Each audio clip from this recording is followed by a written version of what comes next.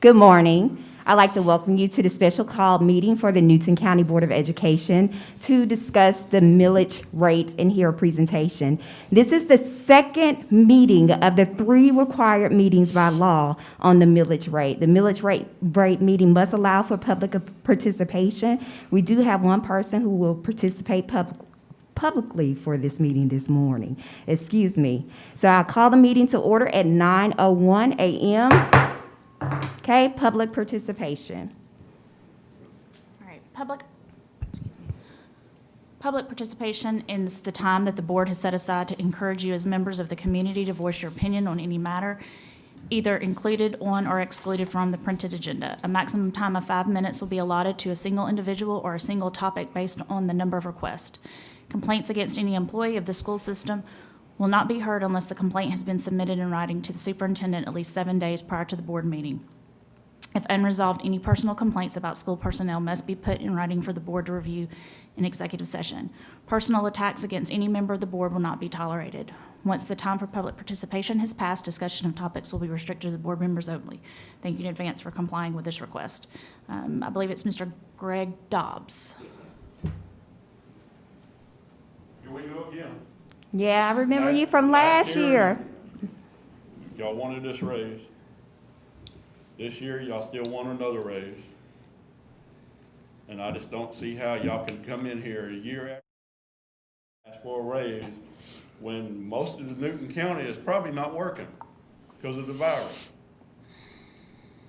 And how in the world can anybody up here say y'all need a raise? I just don't understand it. My aunt in Savannah that does my taxes every year, she's principal for Effingham County. So when we went down there this year to get our taxes done, I asked her, how many principals you have in your school? Or how many assistant principals you have in your school? They had one principal for their whole school. They had one vice principal for their whole school.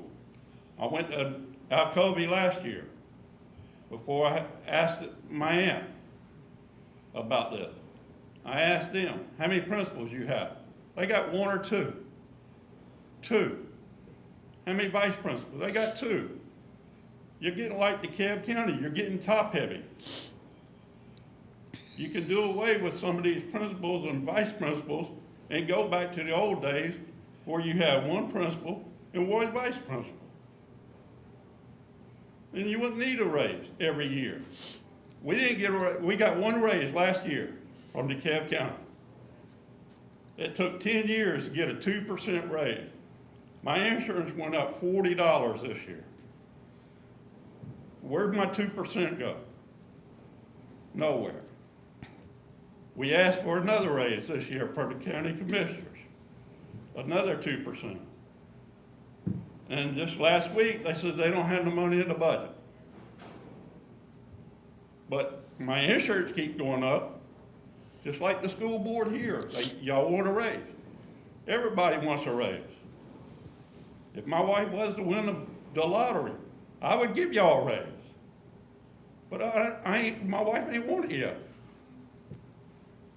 So I just don't understand how y'all come in here year after year and ask for a millage rate to raise my taxes when I paid $600 last year just for school taxes.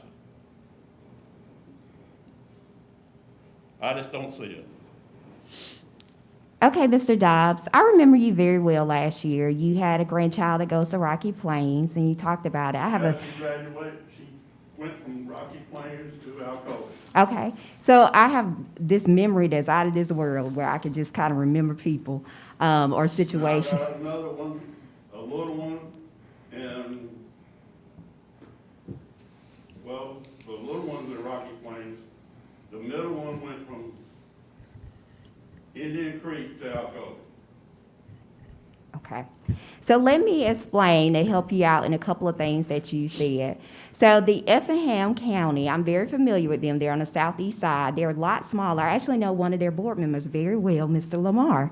And so they're actually on the southeast side. And the difference is why they only have like one principal or one assistant principal is because they base that on population size. So their schools are a lot smaller than our schools in the district. She had 2,000 students in her school.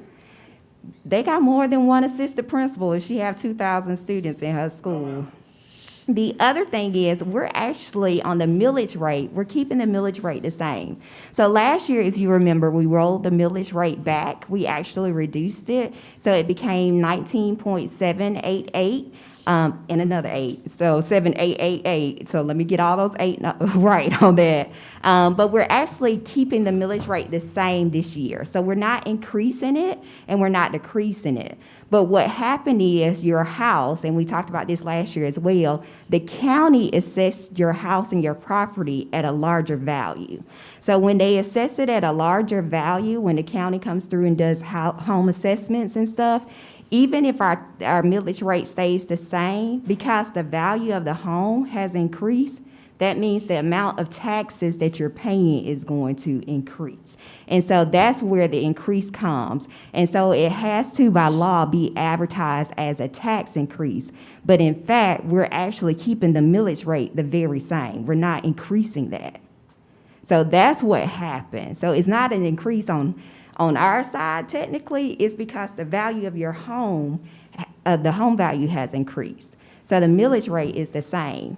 Now, at some point, if you're going to sell your home, it's a plus because your house is valued at a higher rate.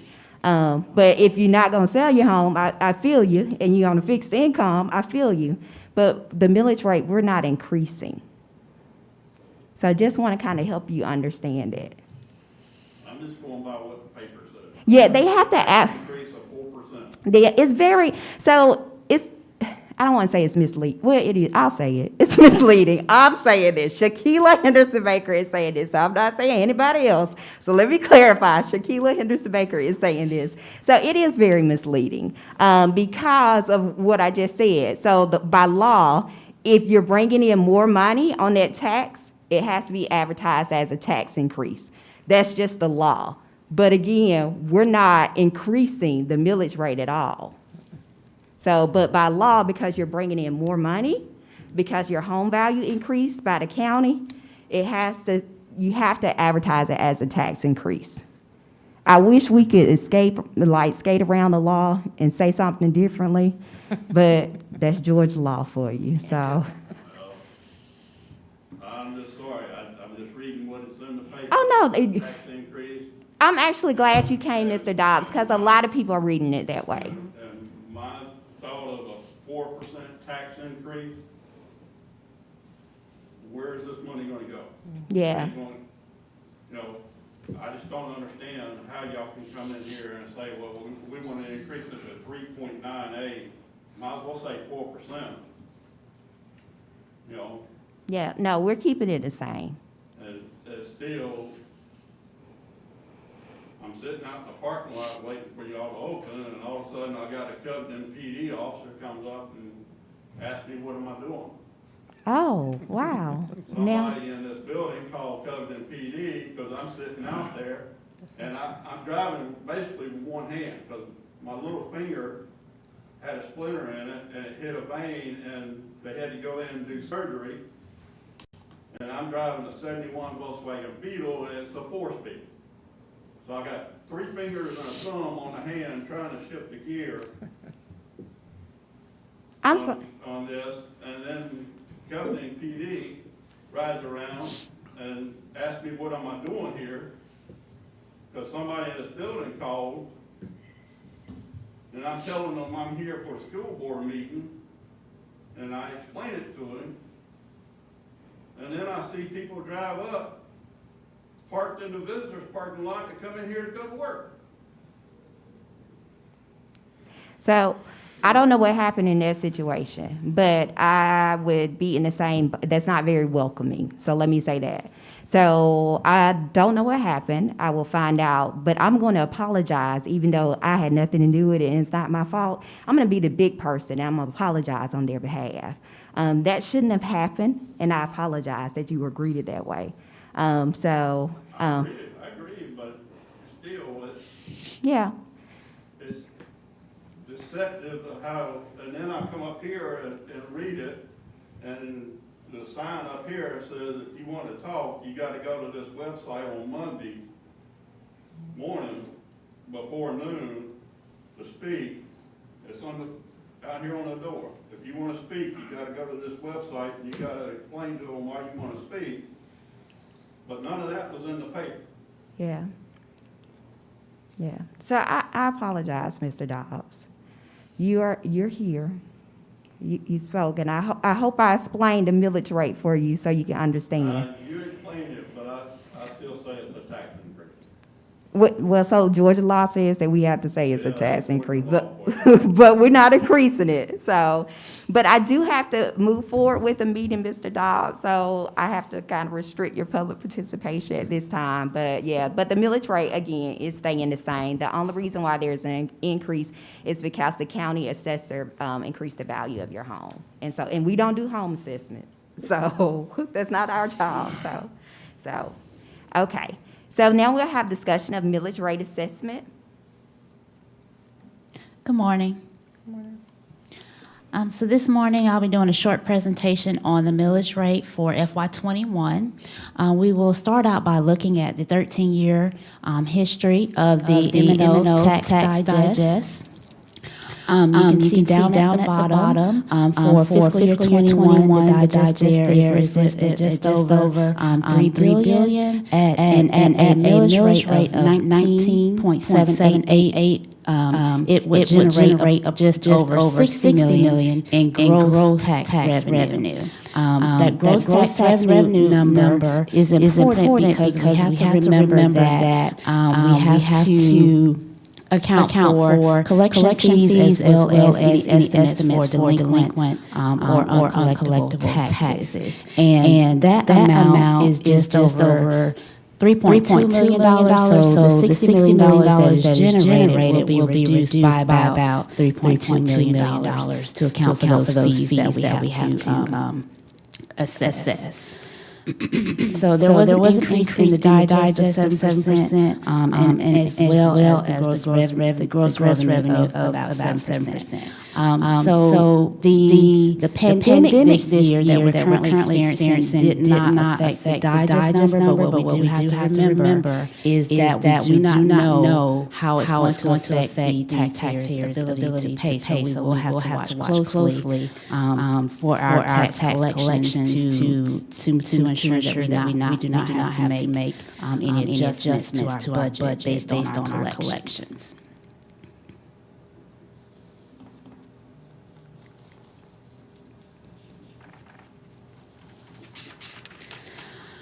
This slide is just to show you the impact of the local fair share on the revenue that we generate. If we leave the millage rate at 19.788, you can see there's the same gross revenue of just over $60 million, but we have a local fair share amount that we have to contribute, and that number is based off of the digest. So that number doesn't change unless the digest changes. So it doesn't matter if you change the millage rate, the local fair share number will remain the same. So if you decrease the millage rate, you would be decreasing that revenue because that local fair share number is going to remain the same based on the digest number.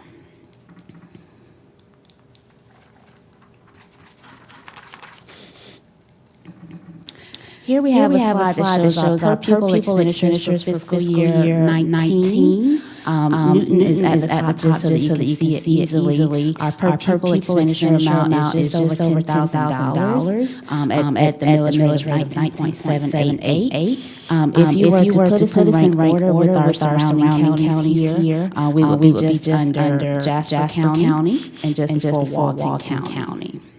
And these districts were chosen because they may be our surrounding districts, or they may be similar to us in FTE numbers.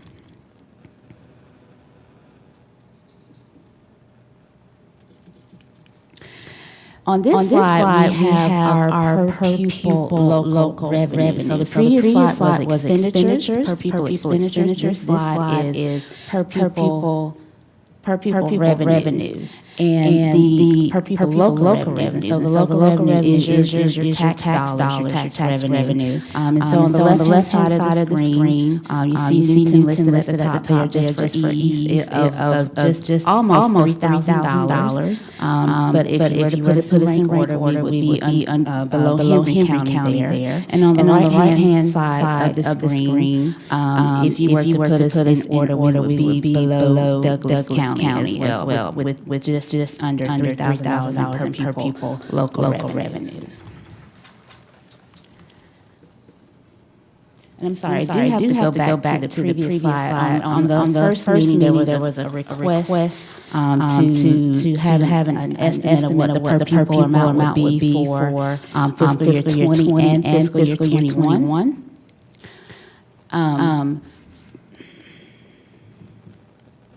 For fiscal year 20, and these are just estimated numbers based on the same FTE number. So for fiscal year 20, the per pupil amount would be just over $10,000 at $10,200. And for fiscal year 21, it would be $9,900. It did go down, or the estimate did go down for fiscal year 21 because we did decrease our local expenditures. And part of that, the CARES money is not included in that calculation. So if the CARES money were included in that calculation, it would be a little bit higher, but it's not included in it.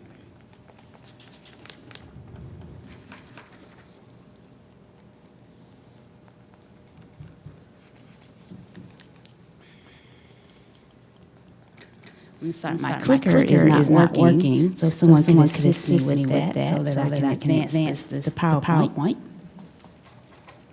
I have a question meanwhile, because I thought the conversation that we had about like the FTE count, I thought they were counted the same or you received the same amount regardless of whether the child chose in person or virtual.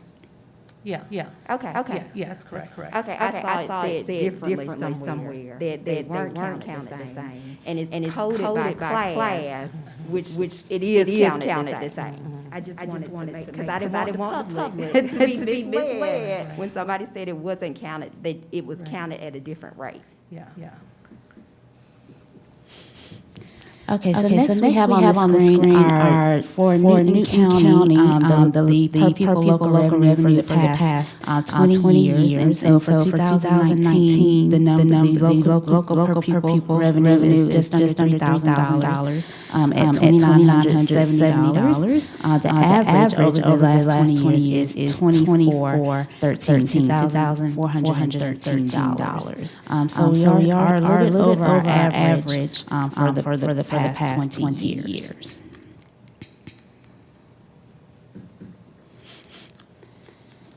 Here we have a list of surrounding districts that may be similar to us in size, and we have their millage rates, total millage rates, which consists of M&O and bond millage rates. We have it in order here. So you see Newton towards the middle of your screen there with a total millage rate of 19.788. And this was for fiscal year 20, the fiscal year that just ended. So this is just so that you can see some of the millage rates in our surrounding counties and districts that may be similar to us in size.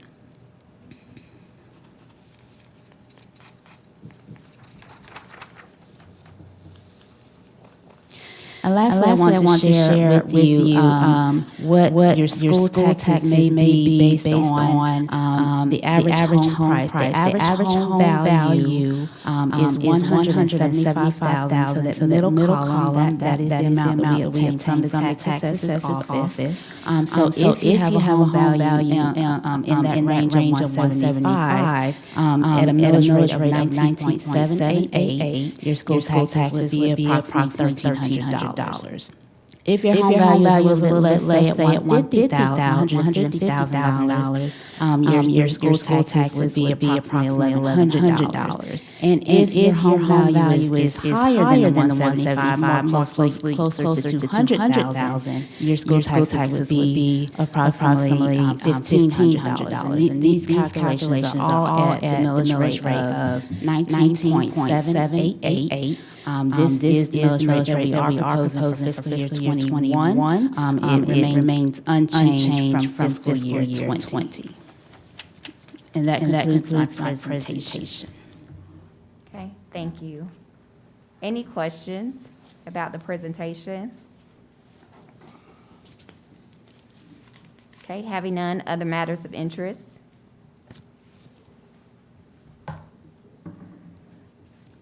Okay, having none, may I have a motion to adjourn? So moved. Is there a second? Second. Okay, it's been moved and second. All in favor? Aye. Okay. Meeting adjourned, 9:21 a.m.